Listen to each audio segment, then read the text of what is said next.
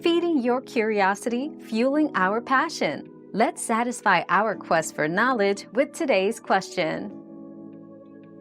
To convert PDF bank statements to Excel, you can use Adobe Acrobat DC. First, open your PDF statement in Acrobat. Then select Export PDF on the right-hand pane. Choose Spreadsheet as your export format and then Microsoft Excel Workbook. Click Export, choose where to save the new file, and Acrobat will convert your PDF to an Excel document. This method preserves the original layout and makes it easier to analyze your financial data for budgeting.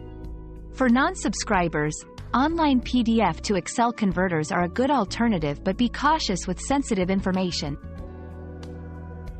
Our quest for knowledge never ends. Thanks for being part of today's discovery. Subscribe, like, and share to join us on the next one.